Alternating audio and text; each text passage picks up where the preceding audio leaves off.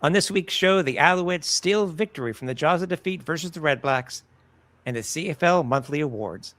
All that and more coming up next. All right, folks, we've been cleared for takeoff. I'm gonna be iconic.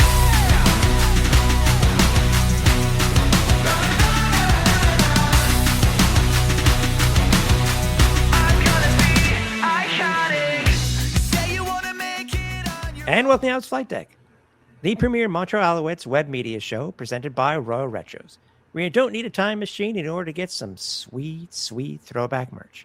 Head over to royalretros.com, use the code FlightDeck at checkout, and you will save 15% off your first order. I'm Tim Capper. You can find me on X or Blue Sky at Repact. That's REPPACT. And I'm Cliffy D. You can also find me on X and on Blue Sky over at Cliffy D. Happy Canada Day, bud. Happy Canada Day to everybody, too. Yes, I hope you all put out your double-doubles and your Nanaimo bars for Ryan Reynolds because it's that day, folks. It is Canada Day. And no doubt about it, I feel even more Canadian now than I did yesterday. Are you referencing the beer ad? Is that what you're doing? Because those popped up, the old I am Canadian ads popped up recently, and I went down that rabbit hole on the internet, and it was one of the new dude about it. And by the way, if nobody knows what we're talking about, go do a search for the I am Canadian ads, because it's more than just the Joe Canada ad that's out that everybody remembers, and that was just remade from 25 years ago recently. Mm-hmm. So many more of them. There were just so many. They're so funny. Funny. Just hitting all those idiosyncrasies about how the rest of the world perceives Canadians and how we truly are. And yeah, we are guilty of a lot of these things. And I mean, listen, there's a lot of Canadian things that I don't like myself. I mean, I will not eat ketchup chips. I mean, I don't like ketchup, period. But ketchup chips, no. Curling, I love all dressed chips. There we go. So you're still Canadian in my book. There you go. I might lose my passport for this, but I don't like curling. I'm sorry. I like curling. Then you get to keep yours. I mean, but so does the CFL, obviously, because they're doing the page playoff starting in 2027. See, there you go. Doesn't get more Canadian than that, I guess. But but there are a lot of things that we both love that are Canadian, including the Canadian Football League. It truly doesn't get more Canadian than that when you think about it. No, not at all. And it's funny. You and I were talking pregame because we were trying to, try to lead into what the Alouettes did this past week. The Owls are on a bye week, but we were trying to look at the history of the Alouettes since they returned in '96. This being the 30th anniversary since the Owls have come back. Mm-hmm. And we're trying to see how many times that the Owls have actually played on Canada Day, not Canada Day week or weekend, but literally on July 1st. Yeah. Yeah. Which is the big thing for the CFL, which I get, they try to use all 4 days since all, so basically 4 days of games. And you, dude, I'm not calling Cliff a savant, but man, I told him how many times that the Alouettes have played on Canada Day since they returned, and he basically got 5 of the 7. I was like, what? I was like, how the hell do you remember that? Sometimes I pull stuff out of thin air that I got to do research on, but man, you and I were like, you didn't need any help in this one, not at all. Nope, because it's funny. When the Alouettes do play on July 1st, Canada Day, or Moving Day, as they call it here in Quebec,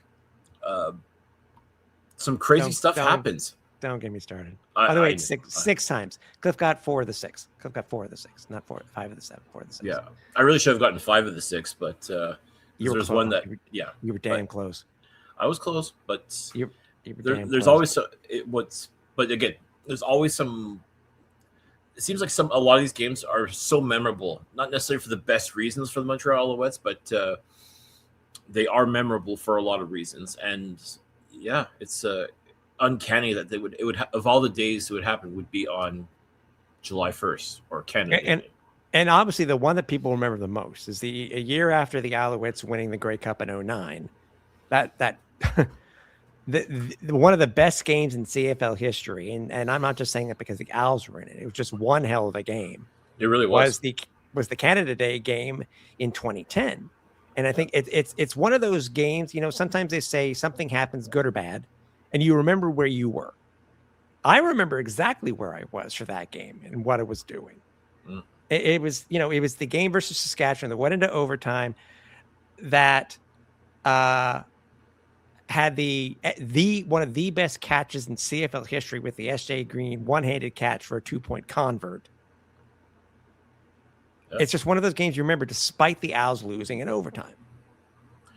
And when we had SJ Green on the show, we even asked him about that. We even asked him for the play call, and he rattled it off. Mm-hmm. And it was phenomenal. Like that, and that image, like that iconic image of him literally stretching out his 6'3" body and his hand, that wingspan of his, to haul in that touchdown, just barely staying in bounds in order to do so. Absolutely phenomenal. Yeah. Weren't these and also wasn't that, I'm not saying it's the earliest days, but those are the early days of replay, wasn't it? You mean the command center? Or yeah. Now known as the replay center, but back then it was the command center? Yeah. I think so. I think it was, because I think it was more so the fact that the game was in overtime that they had to really make sure that there was, because I do remember there being a significant delay as they were probably analyzing it like the Zapruder film for JFK, like just looking through trying to down to the pixel to make sure that SJ was in bounds for that catch. Oh yeah. And I'm looking at it here, by the way. The command center actually was 09. They had replay since 05, but the command center started in 09. Yeah. So there you go. Still. And what's funny, and there was another meaningful game, and it's another game that Owls Nation would remember too, is the game in 05 at Ottawa. This is the days of the Renegades. I was going to say, not the RedBlacks, ladies and gentlemen. Yeah. Not the Rough Riders, but the Ottawa Renegades. Yes. Yeah. That was a thing. And this is the game where the Owls go in as one of the best teams in the league. Ottawa wasn't. And I guess we can call this the infamous Canada Day trap game because the Owls blew a lead. A considerable lead. Yeah, and the Renegades won in overtime. Yep, they sure did. And you talk about where you were. I was actually at work back in my bartending days, watching the game on TV as I was serving customers. Making that double time and a half because I was working at a hotel and making some pretty decent coin. I'm like, I would have loved to have been at that game, and I'm like, well, I got to work, unfortunately. So I put the game on TV, and patrons and I are watching along and everything, and letting everybody know that Alouettes fan and blah, blah, blah. But then I'll watch like, oh no, and then in overtime, got to overtime. I was like, oh gosh, anything can happen in overtime. I keep saying this, ladies and gentlemen, and it's so true. And just was it? I don't remember who the kicker was. I want to say for Ottawa. Yes, because he played for Montreal too. I think at one point. Just before David Duval. I don't remember. Yeah, the name escapes me too. And but all this to say, Ottawa won the game. Montreal literally snatched defeat from the jaws of victory, unlike this past Sunday where they snatched victory from the jaws of defeat. But yeah, this Canada game, again, hard to believe that was 21 years ago. And Pat Fleming and Matt Kellett. Matt Kellett. That was the name I was like, okay. And if I recall too, Pat Woodcock was also playing for the Ottawa Renegades. You're right, actually. I think he played an integral part in that game. After helping the Alouettes win the Grey Cup in 2002, Pat Woodcock from Ottawa wanted to play for his hometown team, which, okay, respect for that. But yeah, he was also on that team as well. And I'm sure there's a bunch of names I could rattle off. And I just remember, I remember the Don Matthews, rest in peace. Yeah, I can just imagine the strip he must have tore out of everybody after that game.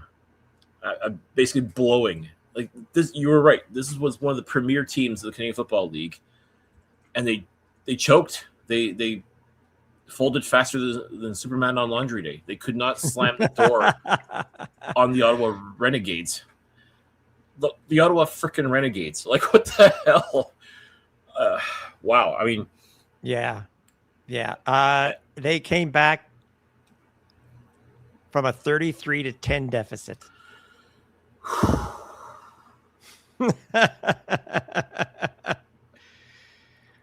One of the bigger blown leads in CFL history. Yeah. Yep. Sounds about right. By the way, people who are curious, it's like, Tim, what the hell were the other dates?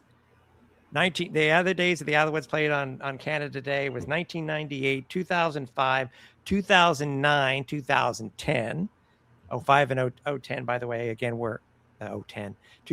We're overtime games. 2012, and most recently, I'm sure everybody will remember, 2023 is the day that the Alouettes unveiled their current.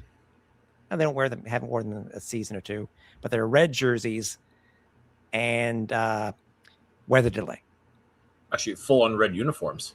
Yeah. Which again was apropos, I think, for Canada Day. But yeah, I remember rain delay and yeah, that was I think that was the first loss of the 2023 season, if I recall correctly.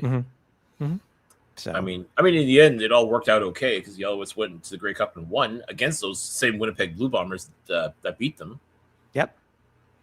It was actually the start of that narrative for that year that the Alouettes were good against the lesser than teams, but when it came to like the top tier teams or what was considered to be the top tier teams, they couldn't get the job done. And who did they beat again for that Grey Cup? I ask you, one of those top tier teams. And how did they get to the Grey Cup? Oh, they beat a 16-2 Toronto Argonauts team, arguably a top tier team. Yeah. So, you know what? As much as people want to panic because of a team's record in June, and I get it, I understand the concern sometimes, especially if the team is playing terribly.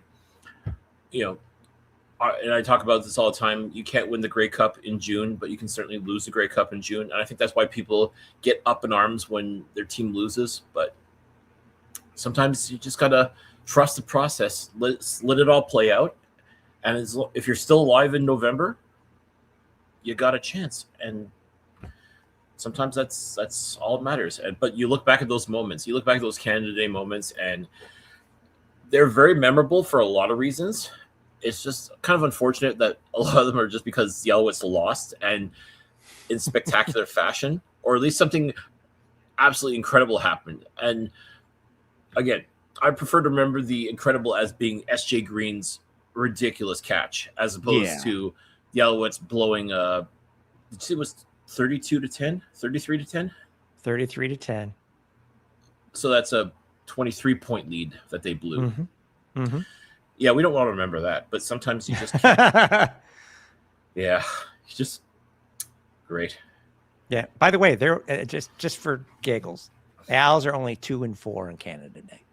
Oh, only. I mean, and it's funny to believe because of the way the CFL schedule was. 1998 was the earliest date that they played on Canada Day.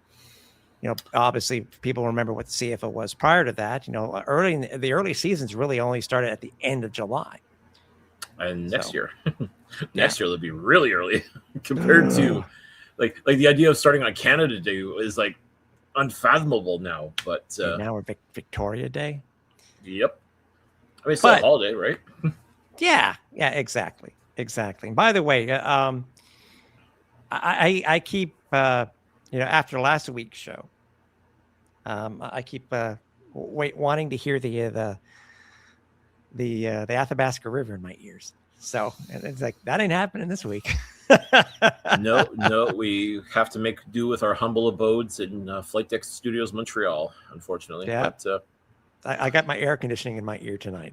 So life-wise, because it is humid as hell here. Yeah. It is disgusting. So but it is. But you know what? Still thoughts to everybody too. We know Ottawa got hammered today. I know they had to cancel their Canada Day celebrations because of the weather. I think at one point by 5:30 before we taped this, they already had 100 millimeters of rain. What was happening in Calgary and the Kananaskis Valley and up in Jasper and near Edmonton. We joke and we say we went at the right time. We really did, but we still want to, we're thinking about our CFL brethren out west because, we know what Montreal went through just last week when it came to the rain while we were away or just coming back. And it's not fun. It's not fun. It's definitely not. But we have a knack for avoiding the really nasty weather, don't we? We've been well, mind you, to be fair, maybe the gods were with us is because we sat through the entire game in Edmonton in the rain. True enough. So, maybe, we couldn't avoid it altogether, unfortunately, but thankfully, none of our plans got derailed. And thankfully we don't have to deal with things like flooded basements or, anything like that. So that that's not fun to think about. So as you said, our thoughts are definitely with everybody, and hopefully everybody is okay and weathers the storm as best they possibly can. Yeah, exactly. And by the way, cheap shameless plug, go back and watch our episode from Jasper. It was fun. And go back and watch last week's episode of Flight Deck Live. We had a lot to say. That was our longest Flight Deck Live that we've ever done at home. Not from our studios, from home. Yeah, from Percival Molson Stadium, absolutely. It's a good 30 minutes. I think people are like, if you haven't watched it, go watch it, listen for sure. Well, we definitely had a lot to say because let's touch on it briefly. That was a game that, listen, everybody and their mother thought that the Alouettes were going to just dog walk the Ottawa RedBlacks, and especially after the first half. Yeah. Well, that's what it was. The first half, that's kind of what was going on because the Alouettes were scoring touchdowns and the RedBlacks could only muster a pair of field goals. I'm like, oh, okay, they got this. This is all good. Mm-hmm. But boy, oh boy, that second half was a completely different story altogether. And Ottawa damn near did the thing and came back and won it. But thankfully, Montreal just barely hung on. And I think that's what caused a lot of the concern. The malaise a little bit, well, maybe a little frustration as well. And there was, and that's understandable because again, we had talked about this too on Flight Deck Live, and even during our show in Jasper, very briefly, we touched on the fact that Ottawa's kind of going through a bit of an upheaval, especially in the quarterback room. Like, you know what? If that was supposed to be a distraction, no one told Jake Mayer or Ryan Dinwiddie or any of the other members of the RedBlacks because, they struggled in the first half, but they got their act together in the second half, and they damn near pulled off the upset. And the fact that Montreal basically let them hang around as much as they did, also very troubling as well. I'm hoping that during this bye week, the coaching staff, the players, no doubt are going to do a little R&R, recuperate, clear their minds, whatever they have to do to get themselves ready for the next stretch of the season. But I really hope this coaching staff takes a look at a lot of things, especially on defense, because right now that is a very big Achilles heel for this team. Offensively, we've talked about this, 5 stars all the way around. They can almost do no wrong. They're not perfect by any stretch, but they're damn close. Defensively, completely different story. Kind of like this past Sunday's football game. A tale of two halves. This is a tale of two teams. Offense, no problems, or very few problems. Defense, very few highlights, lots of problems. Yeah. Alouettes do escape the RedBlacks by the score of 37-35. And one of the things that you were talking about, Cliff, too, especially, again, it is that third quarter. The last 2 games, the Alouettes have been outscored in the third quarter 25-0. 25-0. And they have only scored a grand total of 10 points in the third quarter, which is, I understand it's only 4 games in, but still that's anemic. That's you don't want, especially being up as much as you were. You coming out and laying 2 weeks, 2 eggs. You came away with a loss, obviously overtime loss in Edmonton, and this you know. But yes, they're one of the highest scoring teams in the fourth in the league. But again, it just wasn't defense; it was offense also. But still, you allowing the teams to come back, especially if you have a lead, as they have over the last 2 weeks, can be concerning. I think, and we were hearing that in the in the locker room for the post game. Yeah, they won, and I think you even saw it too with the interviews that were done post game by Davis Alexander and by Coach Moss. Well, Coach Moss put a little spin on it. They weren't happy. They weren't happy with despite the win, and I don't blame them. I don't blame them because they're held in such high regard when it comes to this team. The coaching staff expects a lot more from them. But it's on everybody. It's not just one player. No. And that's the thing that needs to be that needs to be fixed. Obviously, as you said, over this bye week. Yeah, you win as a team and you lose as a team. I get that, and that's what this team will always say. No matter whether it's Davis Alexander or Wesley Sutton or whoever it is on offense or defense, they'll say the same thing. We win as a team, we lose as a team. We ride together, we die together. All those cliches or whatnot, they'll be spitting those out, ad nauseum. We expect that, but yeah, it doesn't make it any less concerning. I mean, a win's a win. We keep talking about that. Ugly wins count just as much in the standings. We talk about that too, but it shouldn't be that way. Especially too, as you said, this team is being held in such high regard. People truly do consider this a Grey Cup caliber football team. The record shows it. The power rankings show it too. I mean, this is truly one of the elite football teams in the Canadian Football League. But now you have to ask yourself, when are they going to start acting like it? Because, yeah, you talk about the resiliency and their never give up attitude and, coming back from adversity. But at the same time, if you're setting the tone and then taking your foot off the gas and just letting the other team hang around, sooner or later, that's going to bite you on the ass. And it damn near did on this past Sunday. And, okay, it's one game. And, yes, the Alouettes are 3-1. And, as I said, one of the top teams in the division, if not the entire league. But these are things that have to be corrected sooner rather than later. And that's what I'm hoping this bye week is going to be all about for the coaching staff, is to see all these things and work on them and do what it takes to reestablish themselves as the team we know they can be. And I think that's going to be key more than anything else, is to reestablish their identity, not just as, well, an offensive juggernaut, but as a defensive force that we know that they have been for the past 2 years, and we know they have potential to be again. It's just, it feels like they've kind of lost their identity a little bit. So here's hoping, at least for this organization, this week is considered a reset, a refresh, whatever you want to call it. And we're back to seeing the Alouettes that we all know and love. Yeah, and you're talking about juggernauts, and this is I know we talked about this a little bit on Flight Deck Live post game after the game on Sunday. I mean, you look at what Davis Alexander has done, and then you look at the last 2 years, what he's done after 3 games, and especially now what he's done after 4. Davis again threw for another 300 yards, almost for another 350, another 2 touchdowns from DA, and again no interceptions. Davis has now gone into second place all time when it comes to the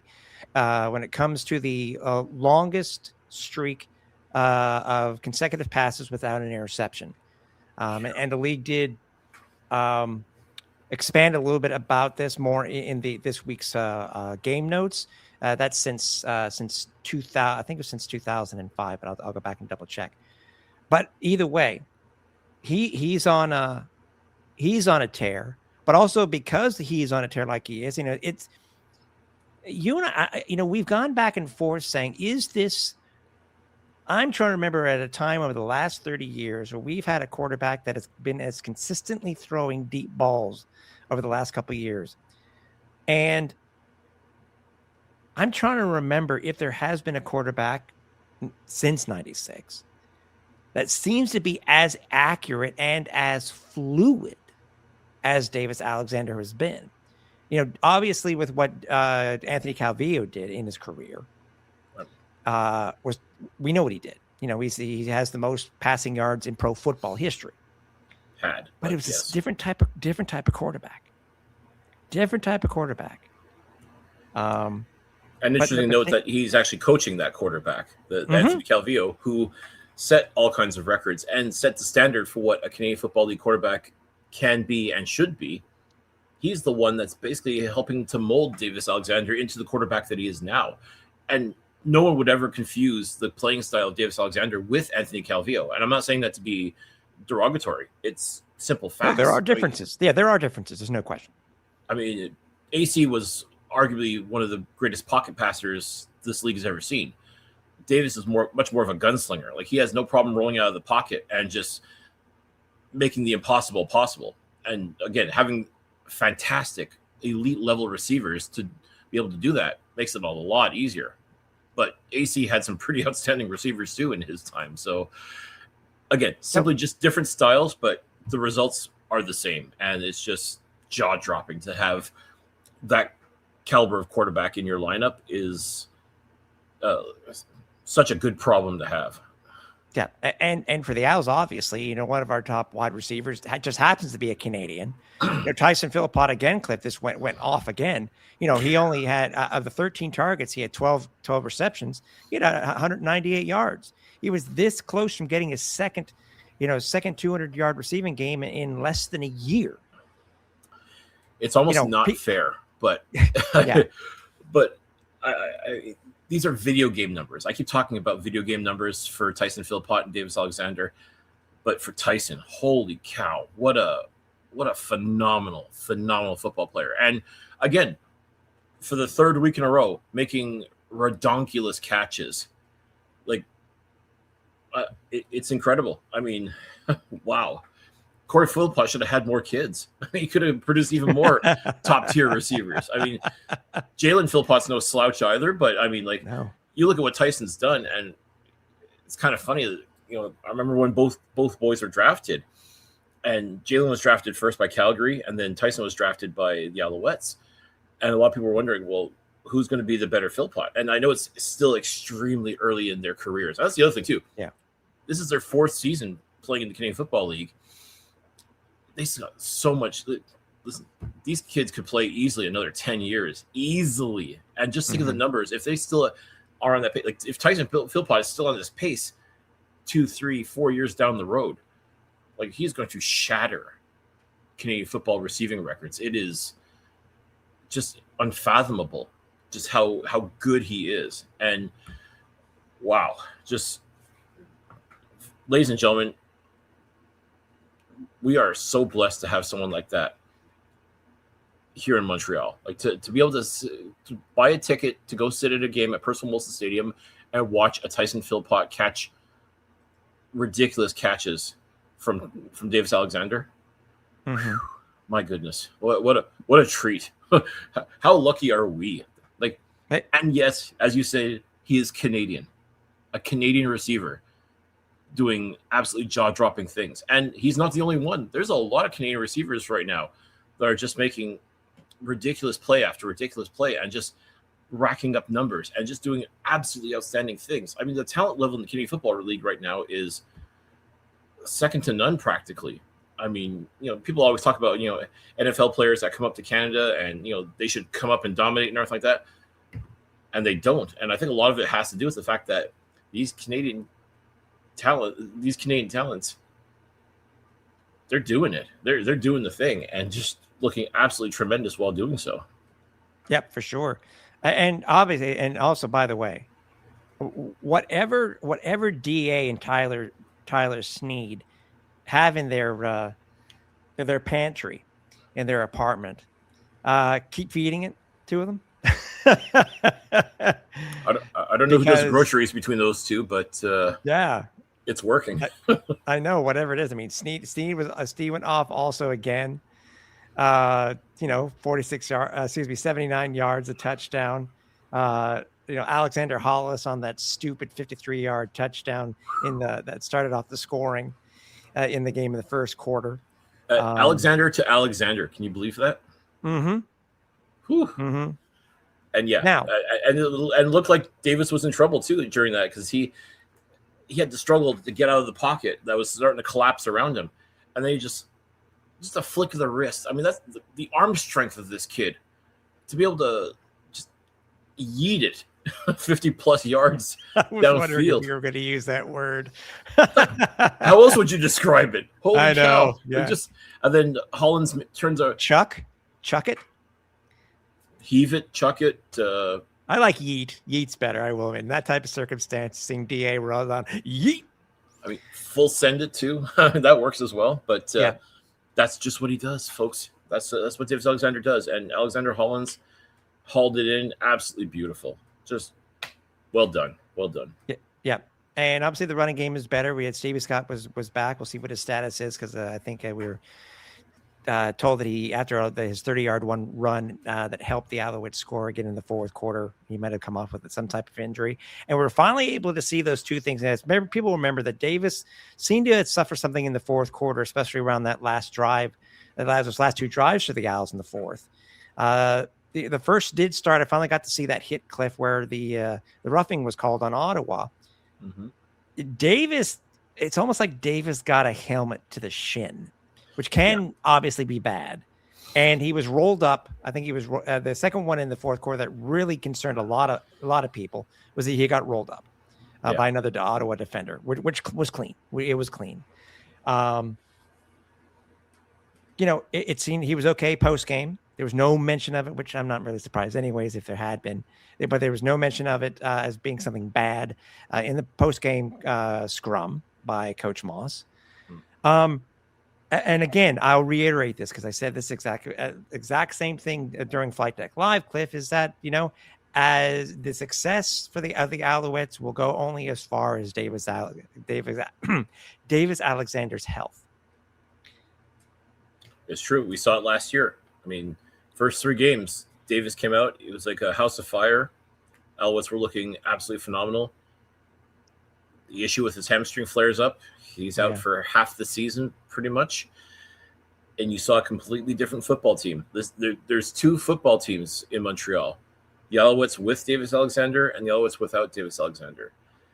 And believe me, you do not want to see the football team without Davis Alexander. I mean, the talent alone is one thing, but for what Davis brings to this team and how this team reacts and is in step with him cannot be replicated so easily. I don't care what quarterback you have, you're not going to have that same dynamic. And we saw that last year.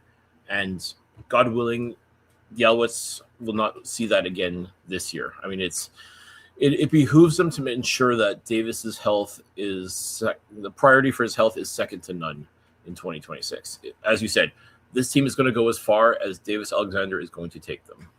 Mm-hmm. Yeah, I agree. And as I said, and even as you said it in the intro, is that, the defense needs to get better. I mean, the one plus is that the Alouettes had the most sacks that they've had all year in a single game, which was 3. Mm-hmm. DA, speaking of defense, DA only had 1 official sack against him, which is good because, he's a different type of quarterback that he seems to be able to get out of the pocket and get out of issues. The defense, as we know, has been hit hard when it comes to injuries. We're able to get Tyrese Beverett back this week. He took a couple of really, some 15-yard penalties, which he really shouldn't have taken. One was kind of ticky-tack on the challenge by the RedBlacks on Jake Mayer, but the other one shouldn't have happened. But this isn't the 10 penalties. I mean, I think they had 6, if I'm not mistaken, through the game. But still, it's the defense that needs to get better. We had a couple of guys start for the first time in the backfield. They did quite well. It's just a matter of having some consistency, and I wouldn't be surprised if we start getting some of these guys back. We'll see what happens with the roster for the upcoming game in 2 weeks versus Calgary. The defense has been just okay. The tackling has been subpar, and I know you wanted to bring this up before we finished our conversation about last week's game. Was speaking, I said, of subpar tackling, especially on that kickoff return touchdown by Ottawa, which necessitated an onside kick which so happened to be got by Tyson Philpott. Yeah. To say this, the tackling has been subpar, I think is a very generous term from you, Tim. I would probably Every word I use has been subpar. I would have probably used some more harsher terms, and let's be honest. Don't make me break out the lunatic. Come on. No. It's not about that. It's just simply put, I expect more out of this defense because they've shown that they can do more. And there's concerns when guys of this caliber are unable to make the simplest of tackles. And whether that's on defense, when the defense is on the field, or special teams too, which, again, is a mix of offensive and defensive players. But they were not able, they couldn't catch a cold, quite frankly, let alone Khalil Pimpleton. And I think it was at least 6 tackles that were missed. It's so funny. Like, you'd think this was two-hand touch. It's not. You got to tackle your guy. Like at halftime? I almost would rather they put those guys out there because it's the same energy, quite frankly. I mean, and this is the thing. We talk about how good this defense has potential to be. Last year, they were just like a buzzsaw going through opposing quarterbacks and offensive lines and just causing all kinds of chaos.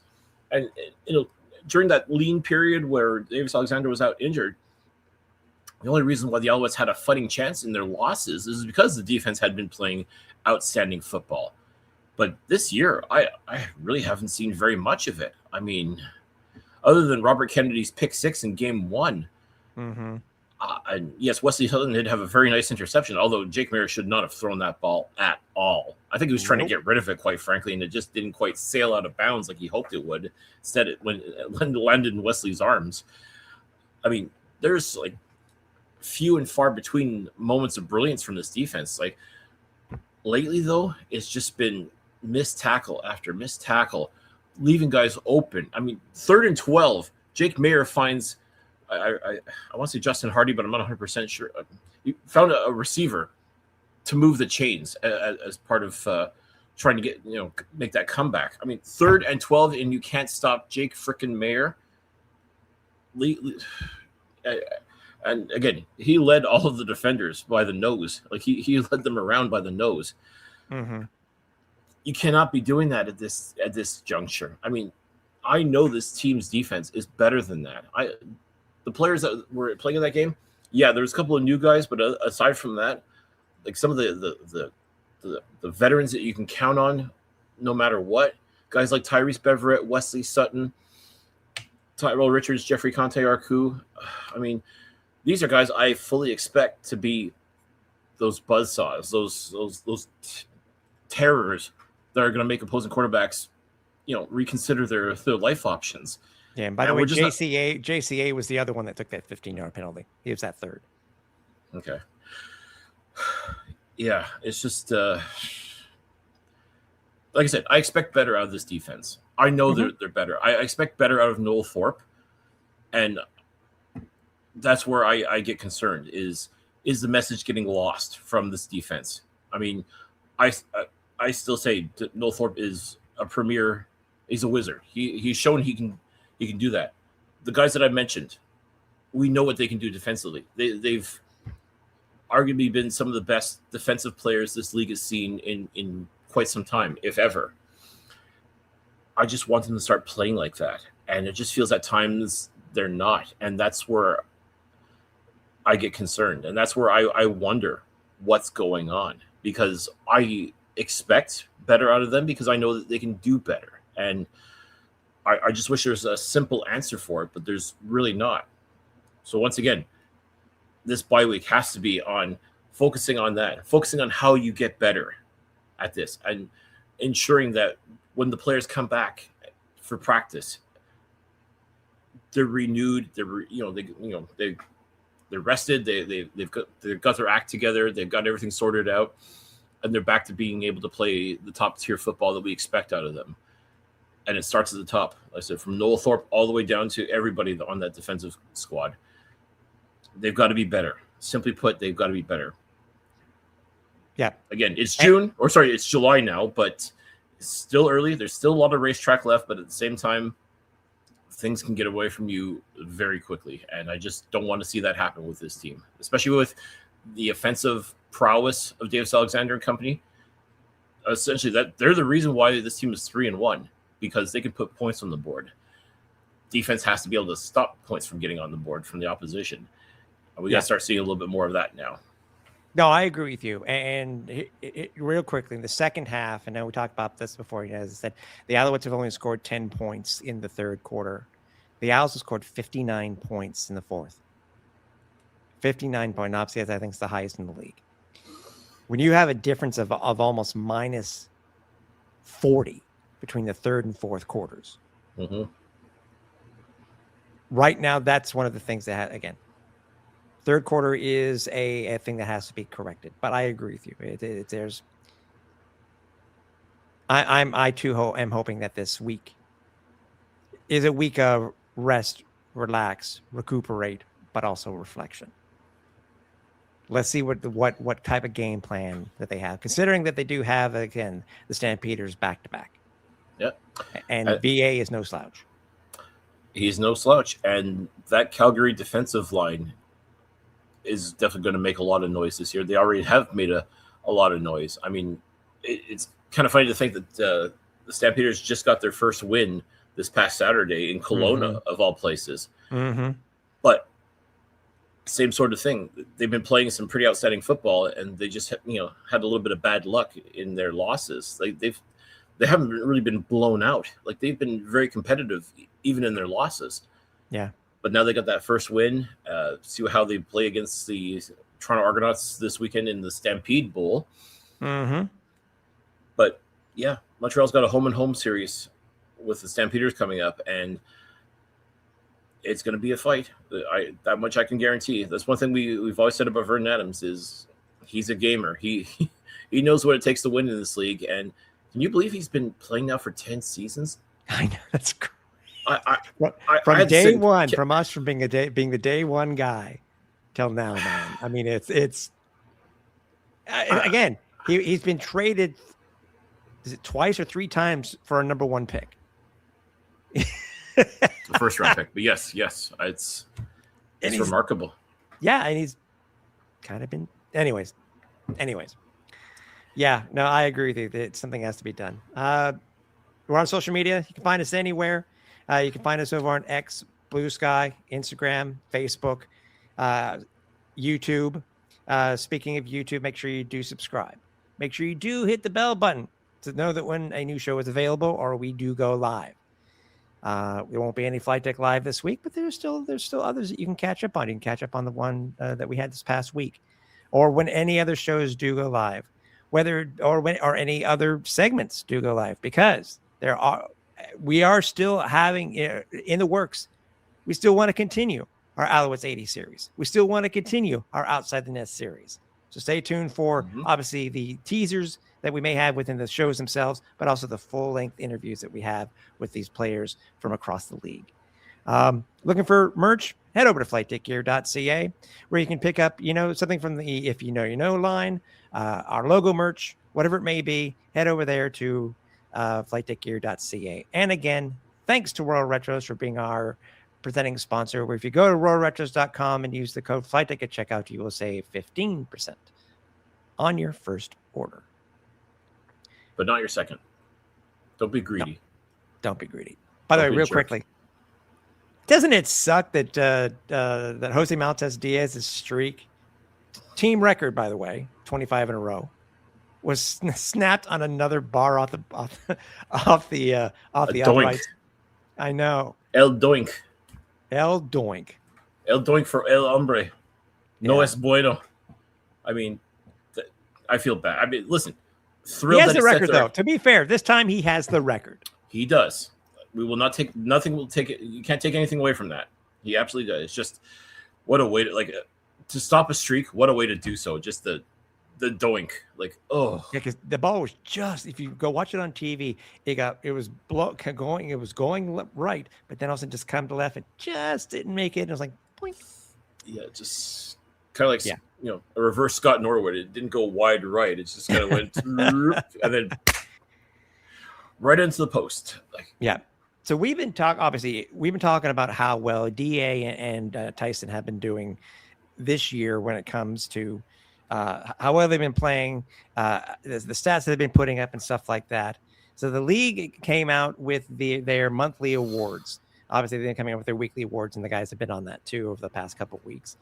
But I know, Cliff, you wanted to bring this up specifically, was that the league came out with their June awards, and we did have not one, but we had 2 players listed as being on those awards in the CFL for June of 2026. absolutely. And that 10-6 connection, just I week after week after week, it just looks so good. It's what Davis Alexander and Tyson Philpott have been doing in 2026. They're going to write songs about this, man. I mean, who was it? Jeshua Antwi, who won the Grey Cup with the Alouettes in 2023. I was a member of the team for quite some time. He had talked about, he posted a tweet saying that the play of Davis Alexander and Tyler Snead are going to feed families in 2026. And I thought that was hilarious. I thought that you're probably not wrong on that one, but I think you would almost have to replace it now with Tyson Philpott, like Davis Alexander and Tyson Philpott, because when these two get together, magic truly happens. I mean, just week after week, Tyson is making ridiculous catches off of like the balls that Davis Alexander are throwing. Is remarkable. And the numbers that both of them are racking up we haven't seen this since Anthony Calvillo's heyday as far as like pure numbers go. I mean, it's phenomenal. I mean, my goodness. I mean, now I think a lot of it has to do with the fact that both Davis and Tyson are naturally athletically gifted, but the play calling of AC, like a lot of people were kind of concerned about him taking over the play calling duties. Even as offensive coordinator, he comes up with the plays, right? But now it's him that's actually saying to Davis, "Okay, do this, this, and this," and they do it, and it's phenomenal. I mean, yes, Davis Alexander has been doing a great job of spreading the ball around to all of his receivers, but watching him and Tyson Philpott together, it's like peanut butter and jelly. It's, it's such a great combination. It's just, as I said, it's almost unfair. Like other teams have to look at what the Alouettes have. Like, why can't we have something like that? And I wish I had a better answer, but I kind of don't. It's just, it is such a privilege to watch these two in action and watching them put up these ridiculous numbers week after week after week. And you're just marveling. And of course, you can't help but wonder what could have been last year had Davis not missed half of the season because of his hamstring injury. Mm-hmm. Tyson Philpott too also missed time, and he's also too had his injury woes, causing him to miss chunks of previous seasons. But right now, both these guys are as healthy can be, and just playing lights out football week after week. It's incredible. A lot to the stats too. I mean, you look at this. DA is just shy of 1,500 yards after 4. 1,500 yards, and then on top of that, Tyson is just shy of 600 yards. And the accolades that the league spelled out in the awards. And by the way, they gave Tyson, I don't know if it's in any particular order, if it's 1, 2, 3, like gold, silver, bronze, that type of thing. But they're still the 3. I guess I could say that the 3 tops in June this year. Some other superlatives that the league put out there. Tyson's the top in receptions at 36 and targets at 46. He has 100 plus yards in 3 consecutive games. He'd never gone back to back in his career. Tied for second in receiving touchdowns with 3. Second and third highest receiving yard performances of his career, 198 in week 4 and 193 in week 2. And then there's DA. It's funny, Cliff. He is only at a 69.5% completion rate. which I swear I thought it was higher, but he's 107 for 154. League leading 1,478 yards. And here's the stat. He has at least 330 yards, Cliff, in every single game this season. Previously, he had only reached 300 plus only in back-to-back games. So, again, we were talking about it before. How well the Owls do, and it's nothing against Dustin Crum, by the way. I feel safer this year with Dustin Crum than I did with MBT last. Mm-hmm. I'll put that out there. But you see what Davis has done. And again, I'll reiterate. How far the Alouettes' success goes this year will be how healthy DA stays. And let's give credit where it's due as well to that offensive line in Montreal, because they're keeping him upright. They're giving him the time and space that's needed to make these jaw-dropping plays. Yeah, I mean, again, a lot of these guys, again, maybe outside of Montreal, you don't know them from a hole in the wall, but these guys, Alouettes Nation knows who they are, and they're doing the work. And I feel just like, I mean, yes, they're not perfect. I mean, obviously there's some penalties here and there. You know, you're going to get that no matter what, but it just feels like they're doing everything right to let Davis cook, to let him do what he does best. Mm-hmm. And creating those opportunities for guys like Travis Tice and Stevie Scott to rack up yards on the ground. But ultimately it comes down to protecting the quarterback, keeping him upright, letting him get the chance. You know, yes, there are times where the pocket collapses and then Davis has to, do his best Patrick Mahomes impression to, turn chicken scratch into chicken salad. But what does it have to be Mahomes?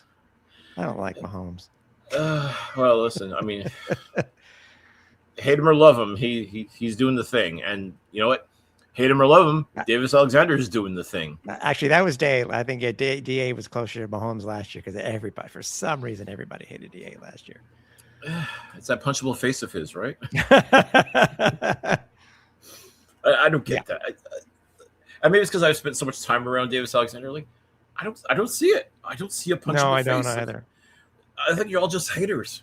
And you know what they say? And it had nothing to do with fanboys, because we're not. We're treating ourselves like we would with any media person would. It's just a matter of what we have seen from Davis, how we've talked with Davis post game interviews and stuff like that. It's just how he comes off. And maybe it's just a league thing. It's how, Winnipeg hates Winnipeg hates Saskatchewan. Calgary hates Edmonton. And maybe that type of thing between the fans. I don't know. But I think if you're to talk to any reporter or any part of the media here in Montreal or in Quebec, I think it would say, Davis. I feel this year he's not coming off as cocky. I don't think he ever was, but I think maybe that's the best word to use. Something changed with Davis over the offseason, not only with his offseason work regimen and getting healthy. Something else. He matured a little bit more over the offseason. I think that's the best way to put it. I think losing the Grey Cup, as crazy as it sounds, may have been the best thing for his attitude as far as how he approaches the game and everything. Because, again, it's easy to get caught up in the fact that you haven't lost a professional football game that you started. And once he lost the Grey Cup, in his mind, his streak was over. The fact that, CFL pundits and stats experts and everything like that saying, like, well, he's still undefeated in the regular season. And you could even make an argument he's still undefeated in regulation time.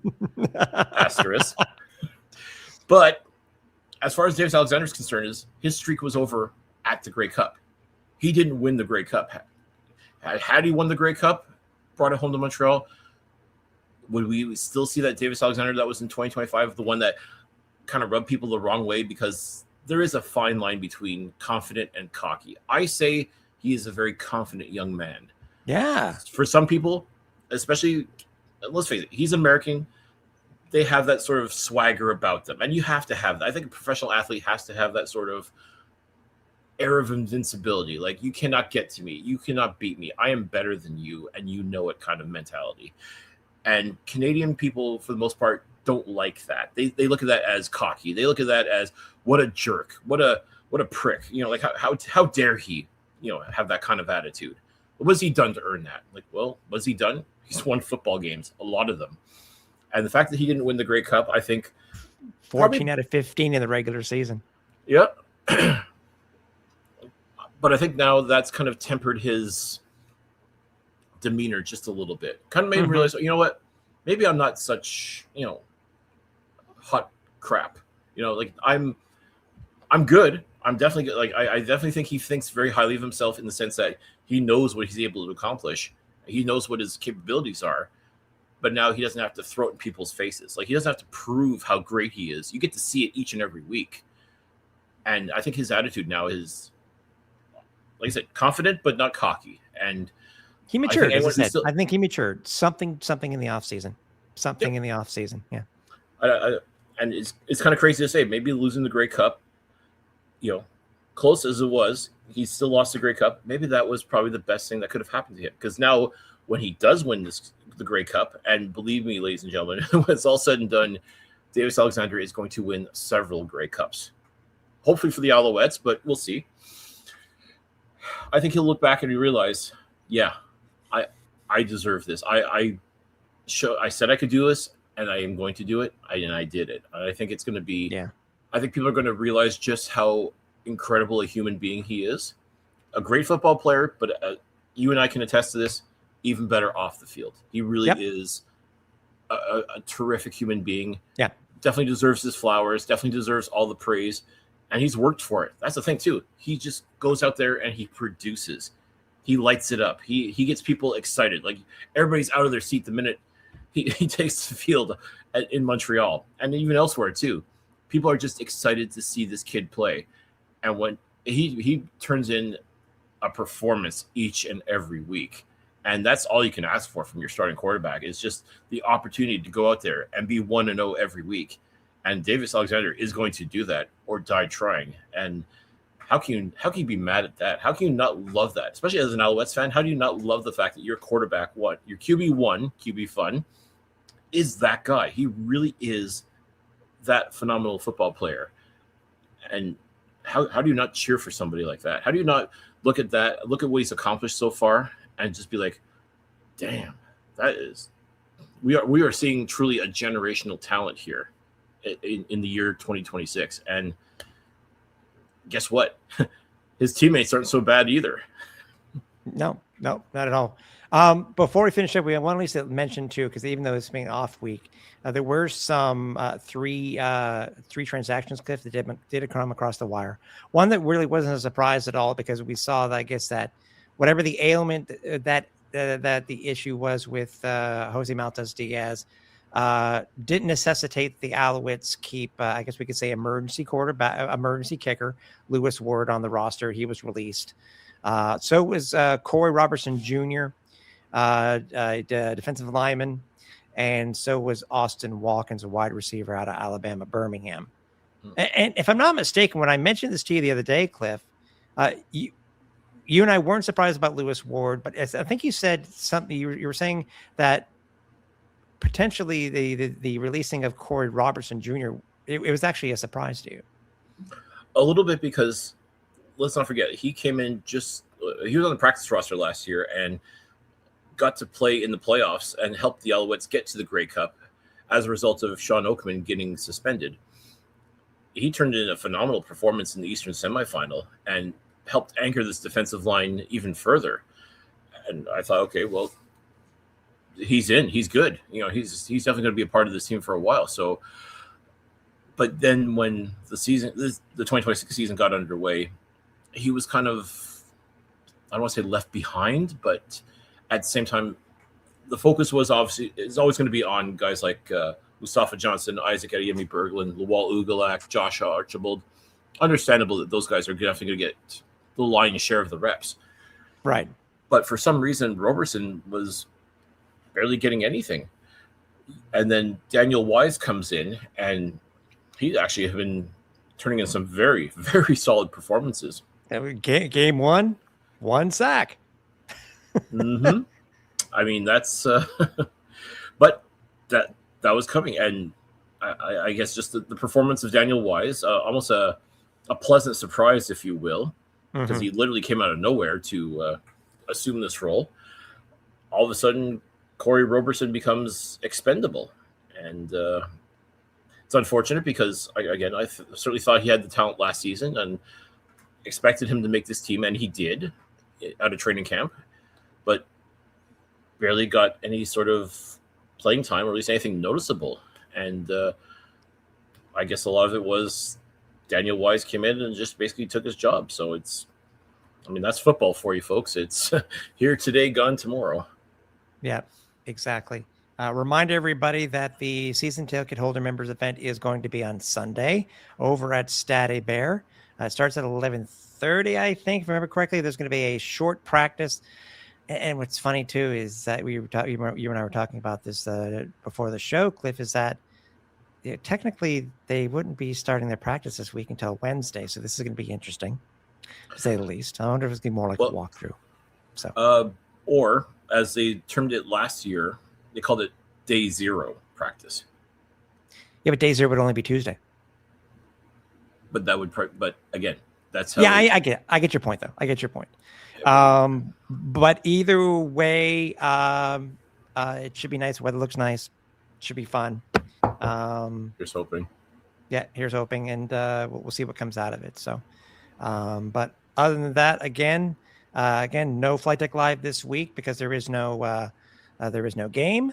But again, as I mentioned before, head back and watch last week's. There's a lot of good content. I think that came out of last week's 30 minutes or any other previous editions of Flight Deck Live. Yeah, because we've been very blessed to do all sorts of really exciting things, and again, giving us a live microphone, anything can happen. And in quite a few episodes, we've come up with some crazy stuff. So by all means, go check out the archive on our YouTube page for sure. Yeah, definitely. By all means, especially if you haven't checked out this past episode of Flight Deck Live, definitely do so. I mean, we've even taken it on the road, ladies and gentlemen. We were in Edmonton and we did Flight Deck Live. Not the most fun one, of course, because the Alouettes lost, but and we were soaked. And we were soaked because of the rain. But still, I mean, if you want to watch a couple of guys just sit in the rain and talk about football, then that's the episode for you. But yes, definitely go check out the archive if you haven't. And yes, Flight Deck Live will be back when the Alouettes play the Stampeders July 11th. So that's right. Make sure you tune in, like, subscribe, all that wonderful stuff. Make sure you're following the Alouettes Flight Deck, folks. Exactly. And obviously we appreciate every single one of you who either watch the show or you do listen to the show. So happy Canada Day, Canada. We will be talking to you soon. So for the final time here at the Alouettes Flight Deck, for Cliffy D, I'm Tim Capper. Run final approach. Take off!